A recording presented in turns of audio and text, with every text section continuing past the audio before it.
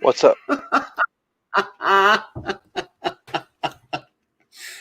had 5 people in chat at one point. Now I've got one. Now. How you doing, Darth Haster? Thank you for showing up. Yeah, I've been talking to myself for the last 10 minutes, apparently. Yeah.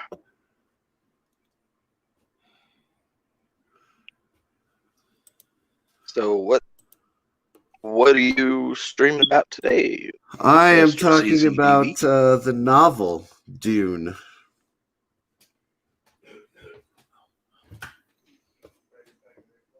A little out of my department. No, that's all right. But I do want to work. I do like the concepts in Dune. I'm sorry, say again. My son was talking to me. Oh, Heart and Soul. Heart and Soul, how are you? Peggy, thank you so much for being patient with me. I know it's been 15 minutes while I was dealing with these technical difficulties.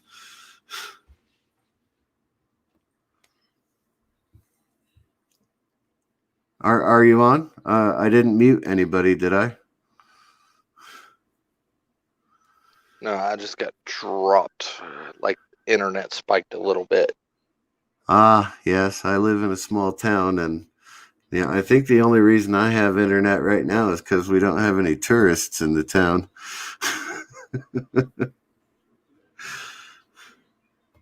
Oh, this is going to be crazy. I do pay for the extra expensive internet, though. Oh, it's not yours. It's probably mine. Well, no worries. Like I said, I was going to talk about Dune the novel versus Dune the movies, but apparently I didn't know that I had to hit go live. Well, we're live now, I think. Yeah, I'm on the. No, Peggy, I can't hear you at all. I don't have anything muted, so I should be able to hear you. Make sure your mic's not muted.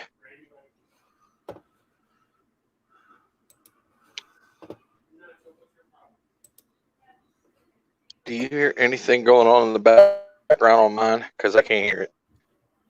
I can't hear anything in your background. I've got background noise myself, so it's not that big a deal. To me, anyway. Awesome. Well, I want to thank everyone who showed up, even though they're no longer here. Rambling Canuck, Number One Sci-Fi, Peggy, Night Breeze, and of course, Mr. Darth Haster. Thank you again for showing up. I am going to go ahead and I might as well start talking about Dune, since that's what this was intended to be all about. The show must go on. My producer and son, Digit 11. He is here. Hello, Digit 11. Well, hello there. Finally figured out the whole online thingy with the PS4, huh?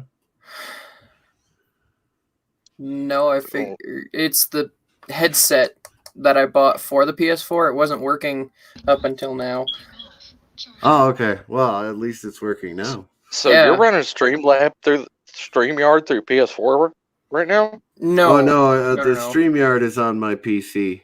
I'm on my PC as well. It's just that I have a headset used for PS4 used as my headset, so. Uh-oh, Peggy ducked out. I think maybe she's having some technical difficulties, but I know she's going to head over to the other stream here in a few minutes anyway. So, Peggy, you're still welcome to come on. I'll add you, and I mean, we can chat in the chat. It's not a big deal. Really, all I had to do to fix my thing was just dink around in my settings for a little while. You dinked around for a little while. Yeah. I dinked around too, but apparently I lost 10 minutes of time dinking around. Well, You I weren't have dinking around. You honestly thought you were live, even though you didn't click the go live button. That's your fault. That You is said as not soon my as fault. StreamYard You starts, did I'm that good to just go. fine. You did that just fine on your own on Monday. The ambassador. Hey, the ambassador. How are you today? Oh, Peggy, it's your mic. I'm sorry. Yeah, that's the same problem that Digital 11 had for a bit there. So.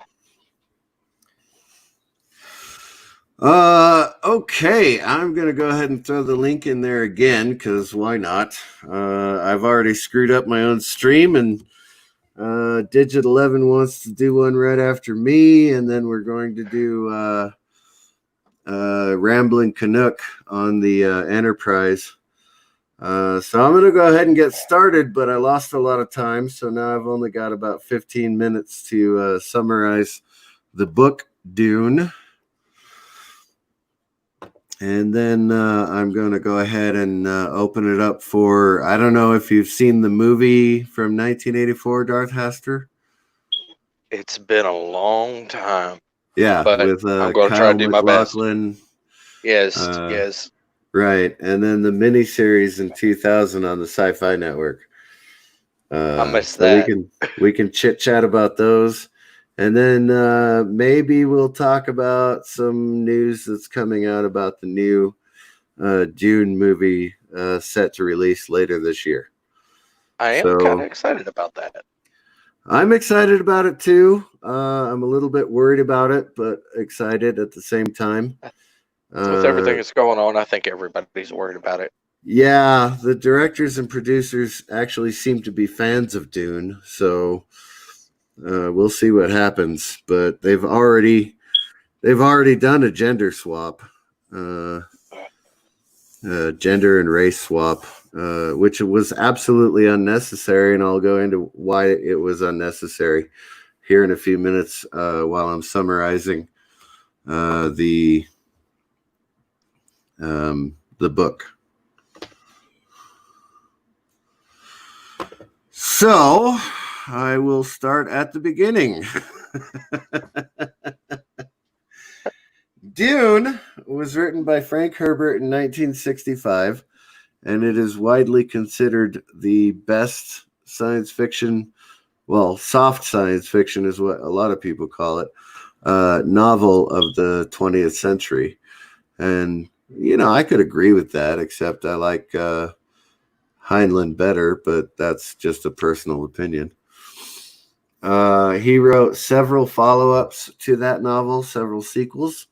Dune Messiah, Children of Dune, God Emperor of Dune. And here is where it gets into gender politics when he was still alive and writing, Heretics of Dune and Chapter House Dune. So if they had made a movie series of 6 movies, then they would have had everything they wanted without having to change up the original novel. Here's Night Breeze. But that was up to them, and they made the choice. And yes, the ambassador, Liet Kynes, is a minor character. Even in the novel, he's a minor character. The only thing that is ideal for him is that he is the father of Cheney, who is Paul Atreides' wife. Or not wife, but concubine. Hello, Night Breeze. Thank you for showing up. And number one sci-fi, thank you for being here. No problem, man. Yeah, I was going to get to Liet Kynes in a few minutes. No worries. So I'm summarizing the novel right now, and I'm going to go as fast as possible because I lost about 15 minutes messing this up because my producer didn't tell me to hit the go live button. Like I said, you did it just fine on Monday. Might add, alone. Peggy, if you do get your headphones working, please come on back on. I've got everybody on here now, so we're good to go. I can't exactly say that I'd be able to. Yeah, the Summarize the ambassador, Liet Kynes, is going to be played by a black woman instead of a white man. So that's the major change that I know about. And again, it's a minor character, so it shouldn't be that big a deal. But we'll see what happens later on this year. And there we go. We have a full panel now. And one of us who is completely unqualified.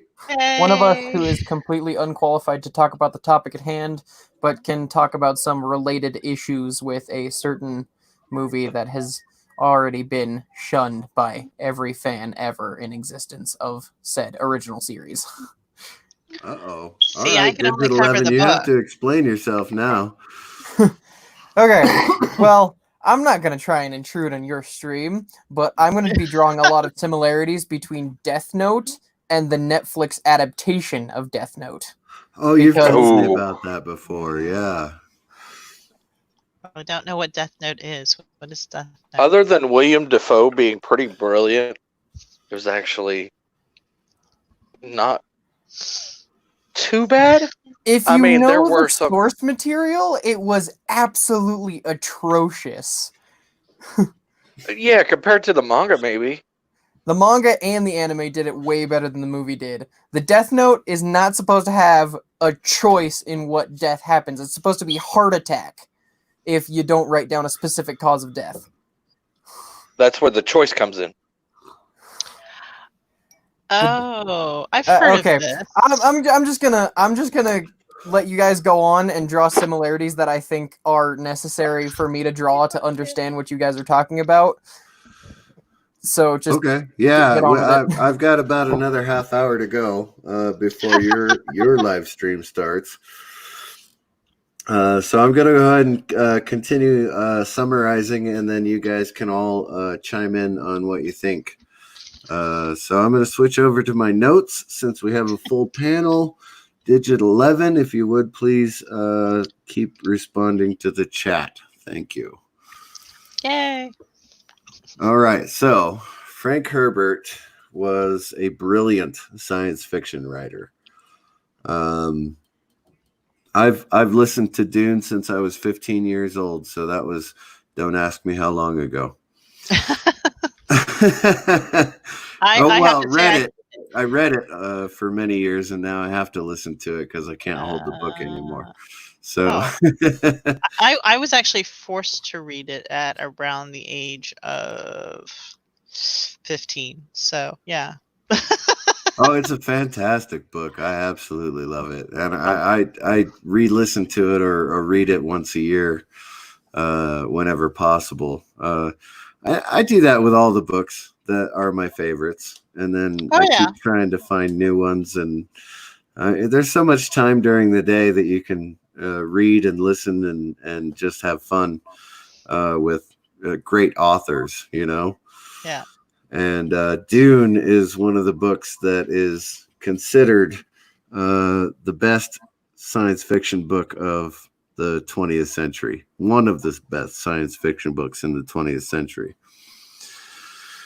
Now, do you think that of the whole series or just basically the first book? Because like I said, well, I don't think that personally. My favorite author is Robert Heinlein. All right. Sorry about that. I honestly think Citizen of the Galaxy is the best book of the 20th century. Oh, I love that book. You know, see, I like Hitchhiker's Guide to the Galaxy. That's I love Hitchhiker's Guide to the Galaxy. If you're gonna discuss space books, that's Hitchhiker's. It's not Dune. Dune takes place on a planet, and you only go from one to another once on a ship. You really don't. Well, yeah. Well, I was actually going to get to that, believe it or not. Frank Herbert's son, Brian Herbert, and Kevin J. Anderson, who wrote a lot of the Star Wars novels, they followed up with a lot of the Dune series after his death, and it's not too bad. Wink, wink. I've read them. I mean, obviously, I'm a sci-fi geek fan, but that's whatever. Anyway, it wasn't as good as what Frank Herbert did, but Brian Herbert was actually very good, and of course Kevin J. Anderson. I like Kevin J. Anderson as well, so. It just wasn't as good as Frank Herbert. I don't think they had the same thoughts that ran through their heads when it came to the prequels and the sequels that they wrote. Okay, so this novel, Dune itself, involves the Atreides and the Harkonnens. And the Harkonnens had custody of Arrakis for many, many years, where the geriatric spice melange is produced and harvested and distributed throughout the galaxy. Now, all of the royalty of the galaxy, all of the houses in the Landsraad Council are addicted to the spice, so they must have it. The spice must flow. The spice is also required for interstellar travel. The navigators, the guild navigators, require it in order to be able to see into the future so that space travel can be safe. And they go into subspace and they travel faster than light and things like that. But they have to have the spice to make that happen. And so Dune, being the only planet that the spice is made on, is absolutely coveted by every house in the Landsraad Council throughout the galaxy. And the Atreides take it over from the Harkonnens. So when they move in, they start harvesting the spice and distributing it throughout the galaxy. But the Harkonnens, obviously, being a limited resource, it's very expensive. The Harkonnens want it back, and so they create a plot in which they will kill all of the Atreides and take back Dune. Now they fail in that because, the cast of characters, Paul Atreides himself, being the main character, actually becomes a Messiah character on Dune. Duke Leto Atreides is a genius at tactics and fighting. Lady Jessica is a Bene Gesserit sisterhood acolyte, and so she is absolutely brilliant and teaches Paul Atreides how to become the Kwisatz Haderach. Now, I haven't gotten to that yet, so give me a few minutes. Thufir Hawat is a mentat. The reason there are mentats in this universe is because hundreds of years prior to this taking place, they fought a war and killed off all the artificial intelligence in the galaxy, or chased them out of the galaxy, whatever the case may be. That's for a future book. Don't tell anybody I told you that. Spoilers! So, mentats are basically the computers of the future. Men and women who are able to think faster and compute things better than other humans. Gurney Halleck is a warrior for the House Atreides, and he is also a singer, a troubadour warrior for the house, and is a fantastic guy. It's a lot of fun to listen to if you listen to the audiobooks. Duncan Idaho is a sword master from the Ganaz school. So he is actually the best warrior in House Atreides. And then there's Wellington Yueh, who is not supposed to have been able to be subverted, but House Harkonnen managed to do that. House Harkonnen consists of Baron Vladimir Harkonnen. He has a disease that makes him ridiculously fat. So if he's 5'8", 5'8", he's 400 pounds, and he has to wear a suspensor belt in order to get around. And he's gross, you know. That's the whole point in making House Harkonnen really bad, is that Baron Vladimir Harkonnen is gross. He has a twisted mentat called Peter de Vries, who is, well, twisted. He was tortured during his mentat training so that he would think of nefarious plots and things like that. And Peter de Vries and Baron Vladimir Harkonnen are the ones who came up with the plot to kill off the Atreides. Fade Routha in the 1984 movie was played by Sting. I'm sure you all know that. Yep. In fact, one of the reasons you actually watch the movie is for that. Well, you may have watched it for that. Oh no! I mean, I meant in the sense that it was the name that was drawing people to go see it. I mean, yeah. You had Kyle Patrick MacLachlan. Patrick Kyle Stewart was MacLachlan no. and Sting, and that's the reason people went and watched it. Yeah, you're right though. Yeah, Okay, because Patrick Stewart at the time was an unknown, so it wasn't like, oh, you went to go see Patrick Stewart. Now you go see it because Patrick Stewart's in it. But and the guy from Jedi Bill that Sting physically kind of fit the picture I had in my mind from the description of the book. Yeah. Yeah, absolutely. It really was a great choice. I think Sting was the absolute best choice for that. I think the casting director for the whole show was like very dead on for most. Oh yeah, the 1984 casting director had it down. Had it. I mean, he must have been a fan of the book because they did choose their people so dead on for that. They did, and they all looked fantastic for the roles that they were put into too. Yeah. So yeah, absolutely, that was one of the best choices, I think. I think that's really why the 1984 movie is still one of the most popular versions of Dune.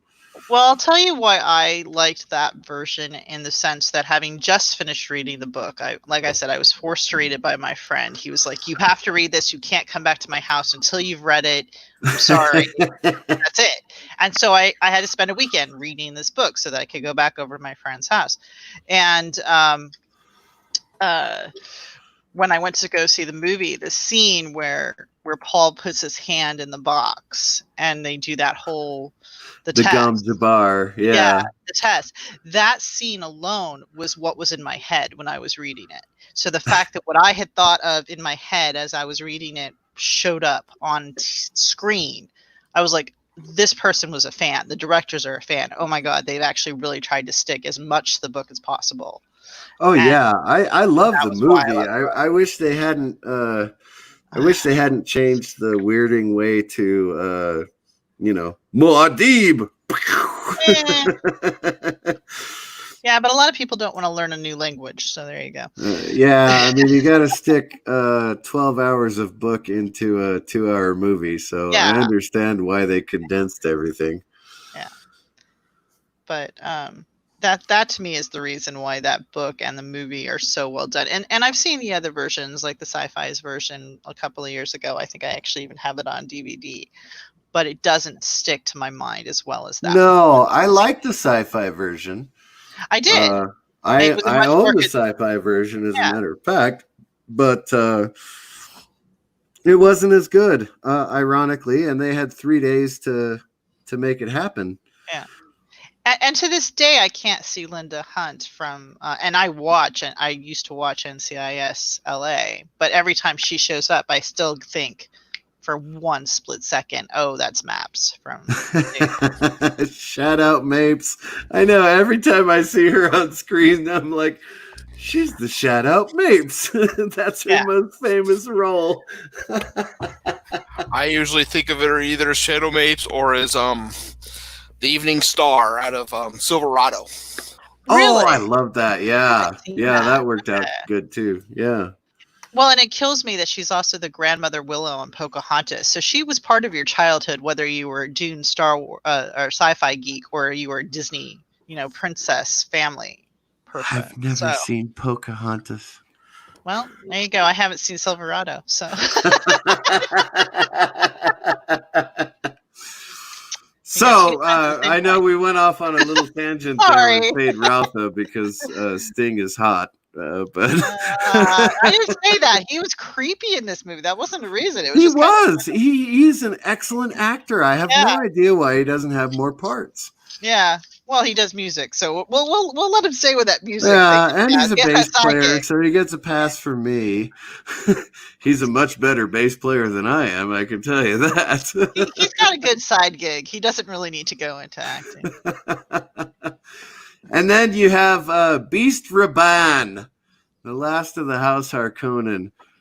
Beast Raban was in charge of Dune for the many years that House Harkonnen owned or were they had the fief of Dune. And so you have the Beast Raban, and he was he was harsh. I mean, he treated the Fremen very, very poorly, and he instituted a lot of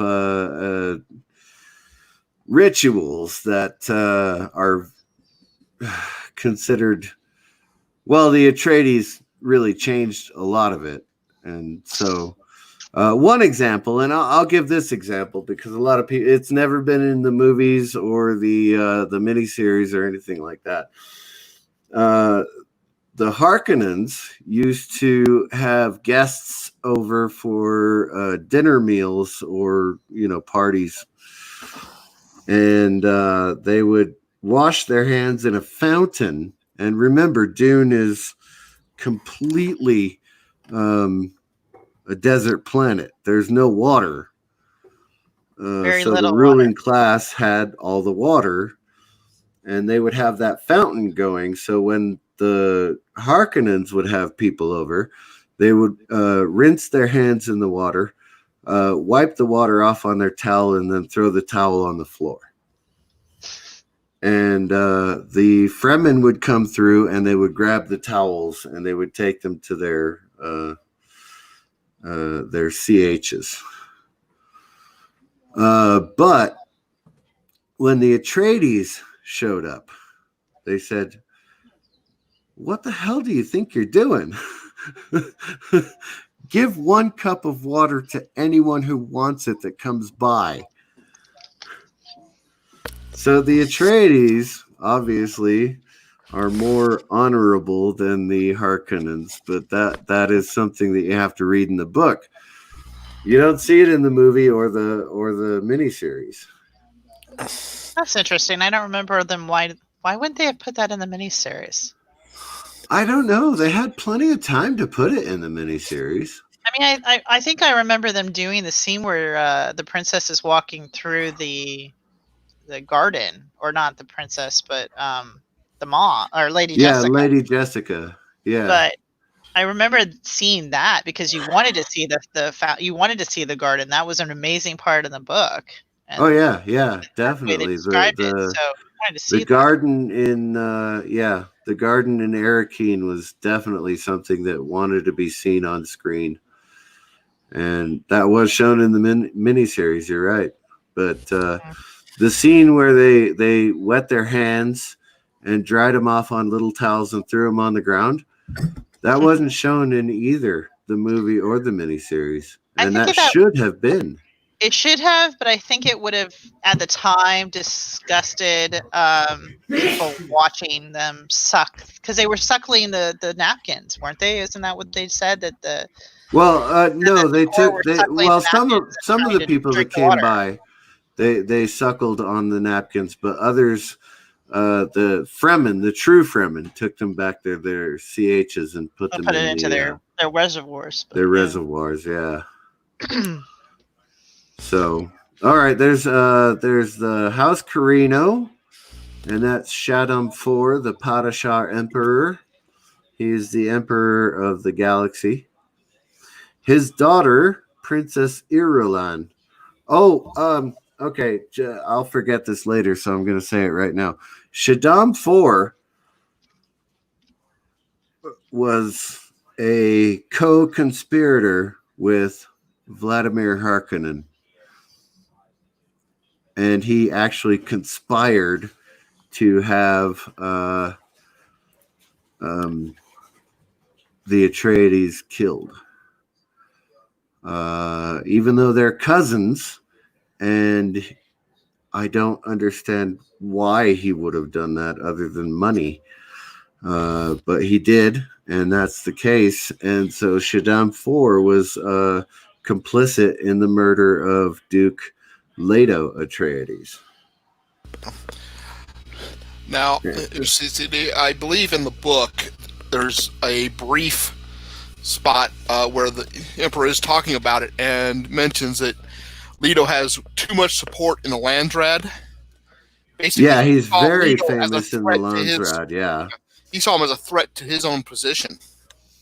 It was actually Count Fenring who said that. Oh, was that the Count? I couldn't remember who it was. Yeah, it was Count Fenring who actually said it. But it was Shaddam IV's idea. Count Fenring just executed it, really. Yeah. Oof. One of the failed attempts. So Princess Irulan is the daughter of Shaddam IV, and she ends up becoming the wife of Paul Atreides at the end of the novel. But she is only wife in name and never in the bed. So she actually becomes a historian and starts chronicling. Yeah. She's the archivist. Yeah, she's the archivist. Exactly. And so she chronicles all of Paul Atreides' accomplishments and failures. Well, it's interesting to note that the fact that this is a sci-fi story and you get to have aspects of it that you don't really pick up very often. But for example, Paul wasn't supposed to be a boy. He was told, or Jessica Exactly. He was supposed to be a girl. A girl. So the fact that we and you slip that by, but it's kind of like, wait, you got to choose your own sex. That's interesting. Paul, if he had been born a girl, would have been bred to Sting, right? Wasn't that Sting, the idea? exactly. Yeah, Fade Routha. Why does everybody still think of Fade Routha as Sting? Seriously. I'm sorry, but yes, yeah. But yeah, so the fact that you're slipping in that tiny little bit of information so subtly that I don't know how many people actually catch that the first time they read it. It's like, oh wait, you could have actually chose your own sex child, and whether that's because genetically we're at that point in that universe that you could do that, or was it drug related, or did you go in and say, look, I need to have a boy or I need to have a girl? No, it was the breeding program by the Bene Gesserit. But you could go against the Bene Gesserit. That's what Lady. Well, Jessica that's exactly what Lady Jessica did. She went against them because. But that's what my point is that how did she do that? Did she go to the doctors and say, look, I'm going to have a boy regardless of whether they wanted me to have a girl? I'm sorry. No, you've only read the first book. Okay. Yeah, I didn't read. I've only read the first book. So yeah, you've only read the first book. What did I miss? Later on, the Bene Gesserit have control over their bodies. Every muscle in their body. It's called the Pranabindu exercises. And so they're capable of controlling every single muscle in their body, including the ability to choose a gender for their offspring. For example, in one of the prequels that Brian Herbert and Kevin J. Anderson wrote,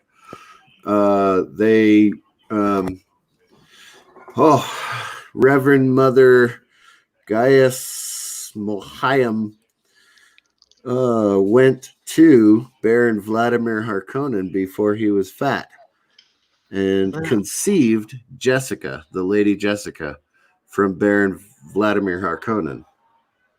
So it's actually Gaius Mohayim and Vladimir Harkonnen who are the parents of Lady Jessica.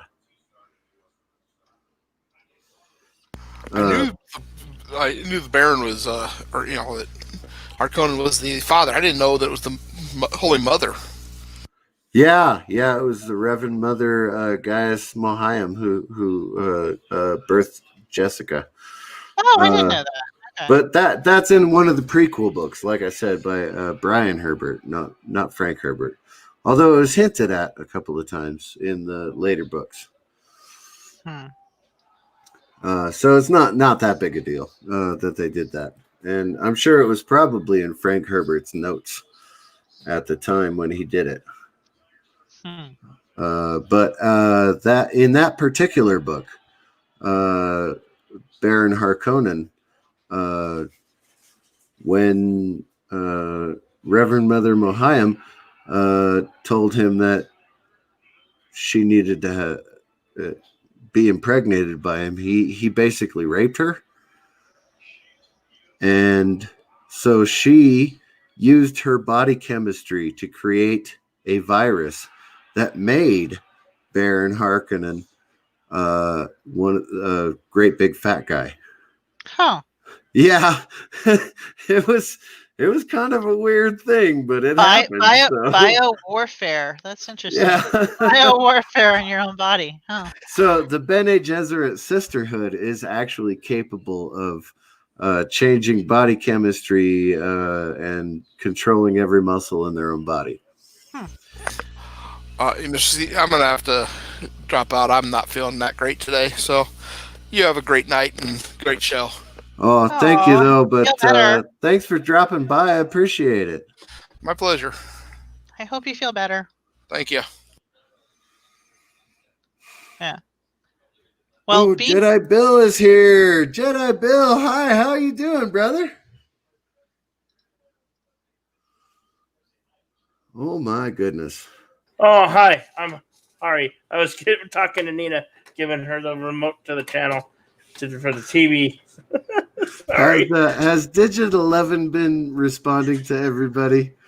Because I don't see a lot of responses. I've been doing it as you, thank you very much. Oh, you've been doing it as me. Oh, I see that. Yeah. Okay. I mean, you don't have time to respond, so... No, I'm still talking about the stupid thing. Trey! You want to come on, Trey? I got another spot. Oh, Jack Lemon, you've been here longer than Trey, I think. Actually, I can have you both on. Orville Nation, thank you so much for coming by. I appreciate it. I'll throw the link in here. You guys can come on if you want. I'll kick out Digit 11 because he's supposed to be monitoring the chat anyway. Well, I'm gonna head over to the other chat and then I'll come back later. Okay. Okay. Thanks, Peggy. I got two things going on in my head, and I'm like, but now I want to actually maybe read the prequel. So at least you came out and got me into maybe possibly reading. Well, there you go. Brian Herbert and Kevin J. Anderson would not be hurting for the money. No, probably not. They are actually pretty good stories. There are so many things you can debate about this book, or not debate, but just think about the fact that this guy came up with so many parallels. And I mean, you've got the drugs market being cornered by this, it's a drug and a fuel. You've got the body change ability for these women. it's one of those analogies for oil and all that other stuff. Oh, I mean, you got intellectuals who you've got think they know what they're talking about, but Frank was just telling a good story. and you've got the Atreides coming in almost like communists going, let's share everything with the people versus the Harkonnens. I mean, you could play this so many ways. You could play it a lot of different ways. I'm much more conservative than that. But I will be back later if I get a chance. So I will talk to you guys later. Thank you guys for letting me talk and teaching me. So there you go. Oh no, I appreciate it. Thank you for coming on. All right, talk to you guys later. All right, bye. Bye. Where was I? I think I was talking about the houses. Yeah. Okay, so we talked about House Harkonnen. We talked about House Atreides. We talked about House Carino. And now we're going to talk about the Bene Gesserit. I've only got 7 more minutes, unless Digit 11 is allowed to let me go on longer than 1 hour. I didn't mean to. I will. I'll just dip when you do.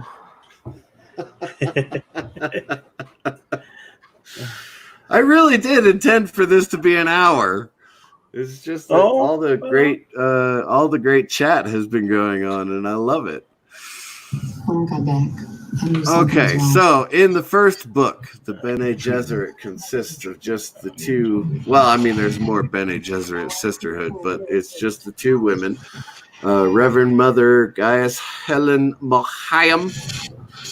And we talked about her a little bit with being the mother of Jessica, which nobody knew until the prequels came out.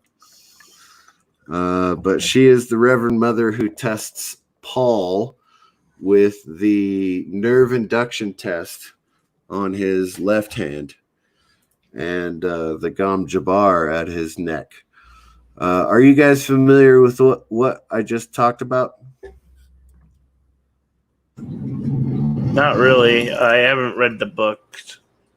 Okay. All right. So the nerve induction box that Paul sticks his hand into makes it feel like his hand is burning to ash. But he's not allowed to remove his hand from that box without Reverend Mother Mohiam sticking him with poison, and it's a needle, like a thimble with a needle on it on her finger that she'll just stick into his neck, and it's a drop of poison that will kill him. So he has to leave his hand in there, and when he finishes the test, Reverend Mother Mohiam says, no woman child has ever lasted that long in the nerve induction box. Holy cow. That's, I can't. Why do you test? Why do you test for humans with so much pain, with the threat of death if you don't pass?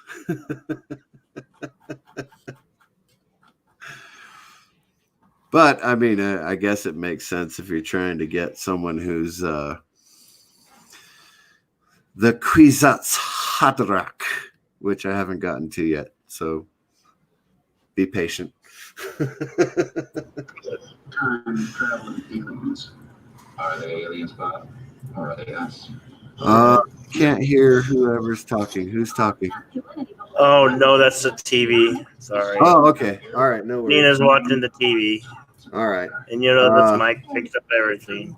And then you have Lady Margot Fenring, who is a Bene Gesserit, but she's a wife of Count Fenring, and doesn't actually have a very large role in the book.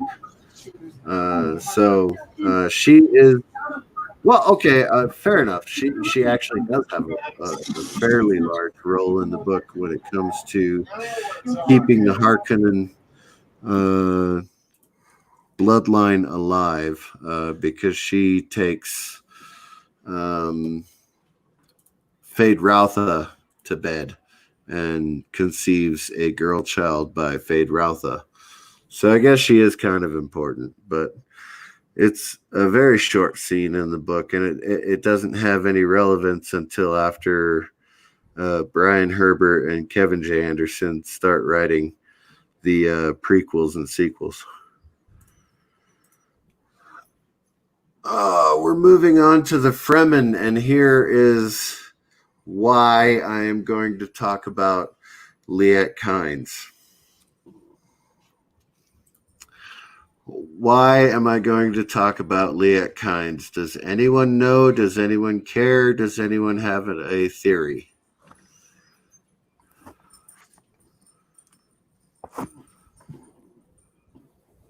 Is anyone still there?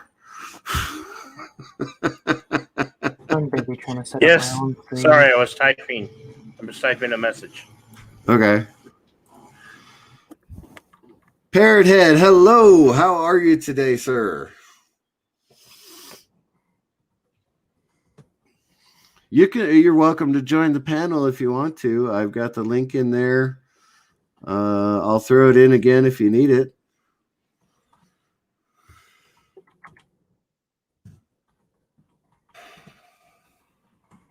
Okay, so the Fremen are descended from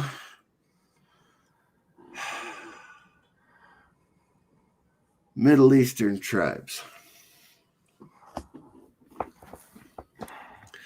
They are what is called in the book Zen Sunni.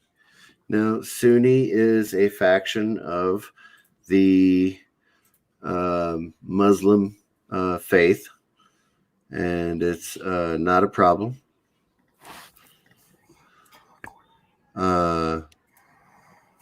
But the whole point is that they are descended from Middle Eastern stock. So my biggest problem with the current coming soon to theaters everywhere movie is that they gender swapped Liet Kynes. Now, Liet Kynes was not a descendant of the Zen Sunni, but he became a member of the tribe after he was stationed on Dune as a planetologist for the Emperor. However, his daughter is still part Middle Eastern descent. So there's no reason to A, gender swap, B, do a race swap. And they've done both in this upcoming movie. So that is why I am worried for the upcoming movie, is because they are doing gender politics, SJW stuff that are not necessary in this particular story. Does anyone have an opinion on that?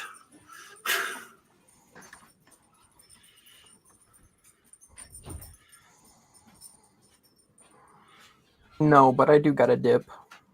All right, Digit 11. I'll see you later. I got my stream set up for about 14 minutes from now, so.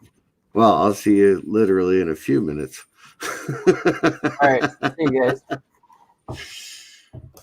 Well, all right. I guess I will just continue on with my summary of the book, and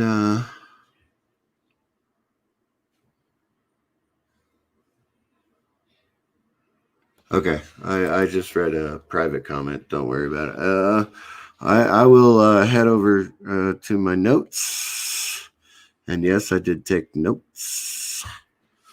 So we'll talk about the Fremen. The Fremen are descendants, as I said, of the Middle Eastern community.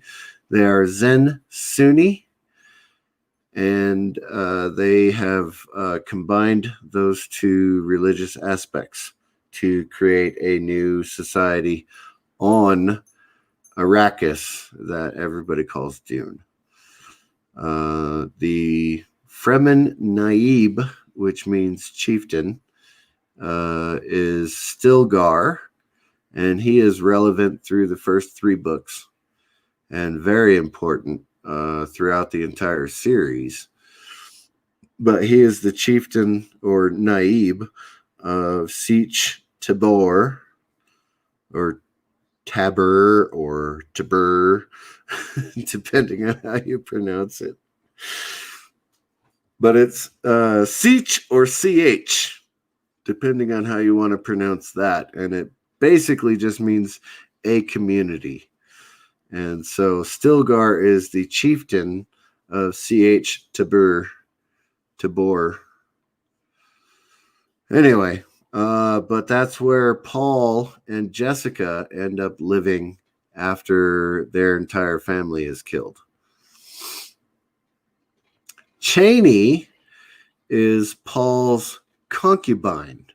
Remember, I said that Princess Irulan becomes his wife, but Chani is his concubine, just like Jessica is Duke Leto's concubine. And that is an important distinction because Paul cannot become emperor unless he has a royal marriage. But he can have a concubine, and that's what Chani's role is. She gives him 3 children, one of which is killed during this novel, the original Dune book. The other 2 go on to become God Emperor of Dune. It's a weird, complicated story. If you want to know about it, I'll do another stream to talk about God Emperor of Doom. But in this case, just leave it at, she had 3 kids. One of them died. 2 of them lived on to become Emperor and Empress. I already talked about Liet Kynes, unfortunately. And hopefully the movie doesn't center on that. I really hope it doesn't. Because if it does, I'll just lose my shit and go all over the place. The shout out Mapes we talked about earlier. She was the housekeeper, but she was kind of a spy for the Fremen, evaluating the Atreides, and she liked them, and unfortunately she died during the Harkonnen betrayal. Jamis was a minor character, but that is how Paul ended up with a wife when he was 15 years old. So if you want to read that, that's fine. Hera was the wife of Jamis and became the wife of Paul. Ramallo. Now this actually is important. Ramallo was the Reverend Mother for Sietch Tabor. I gotta start saying that right. Ramallo was the Reverend Mother for Sietch Tabor, and when she was dying, Jessica, recently widowed Jessica, who was a acolyte of the Bene Gesserit Sisterhood, took the water of life, but she was pregnant at the time. And so not only Jessica became a Reverend Mother, but her unborn daughter, Aaliyah, became a Reverend Mother at the same time. So they have all of the memories of females stretching back to Adam and Eve. And that's actually in one of the books later on as well. Heretics of Dune, I think. I'm not absolutely sure. Okay, so that's all the characters, and that's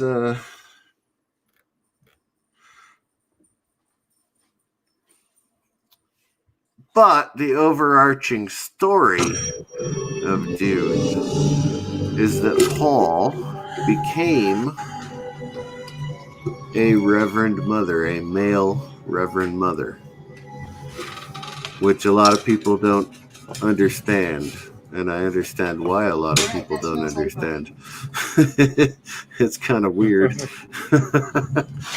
But he's a male who was able to take the water of life, and he had all of his memories, all of the male memories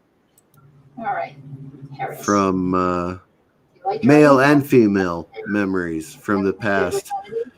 And he was able to have prescient visions of the future. That's a lot of pressure. You seem up for the task. Okay. What should this riveting conversation consist of? Whatever you.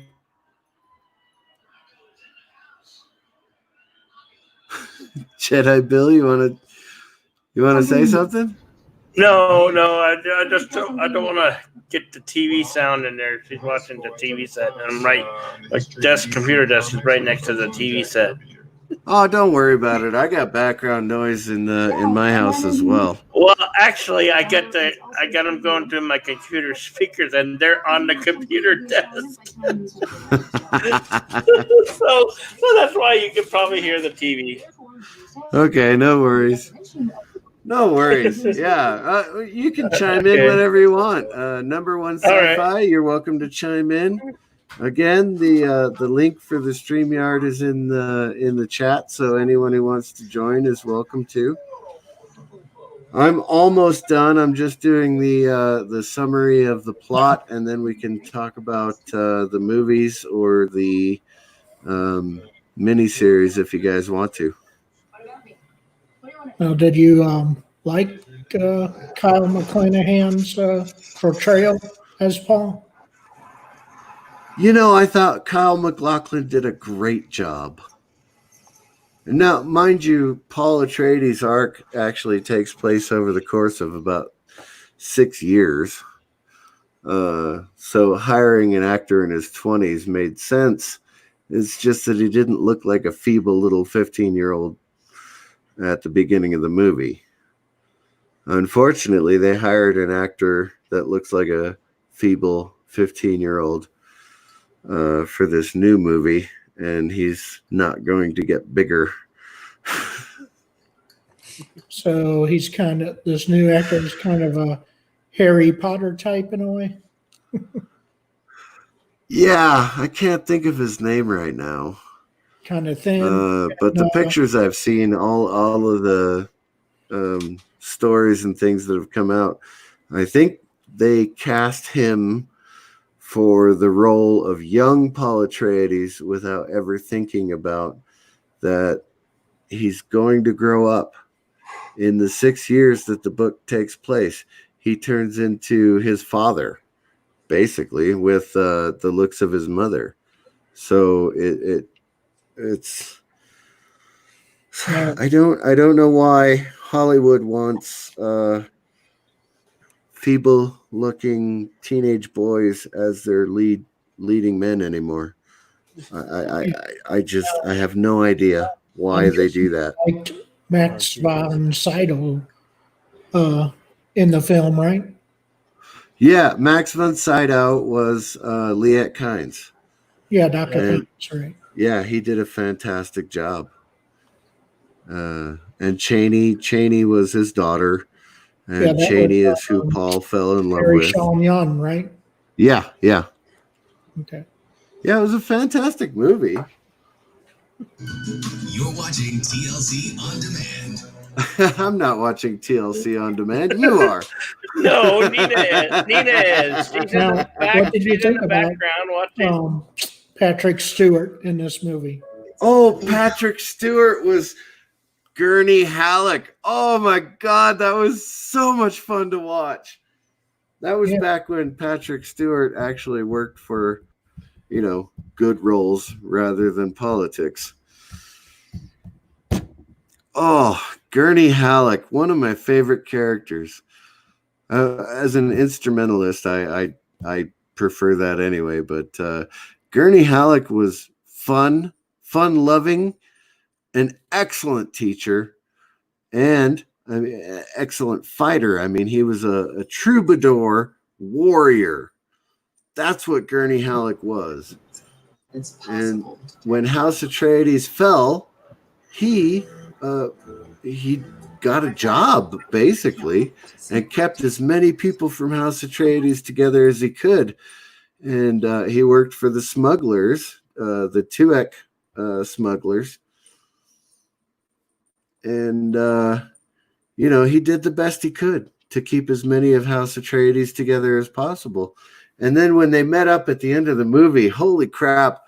Oh, that was such a great emotional scene. Even in the book, it's a great emotional scene. Gurney Man! Yeah, Patrick Stewart did a fantastic job in that. Yeah, I mean, people don't realize that this had a great cast in it, Yeah. Oh, yeah. I agree. Oh, it was incredible. Yeah, the miniseries on Sci-Fi Network didn't have as many famous people, but I mean, they were still good actors. And the miniseries was, I liked it. I watched that and Children of Dune. And Children of Dune combined Dune Messiah and Children of Dune together.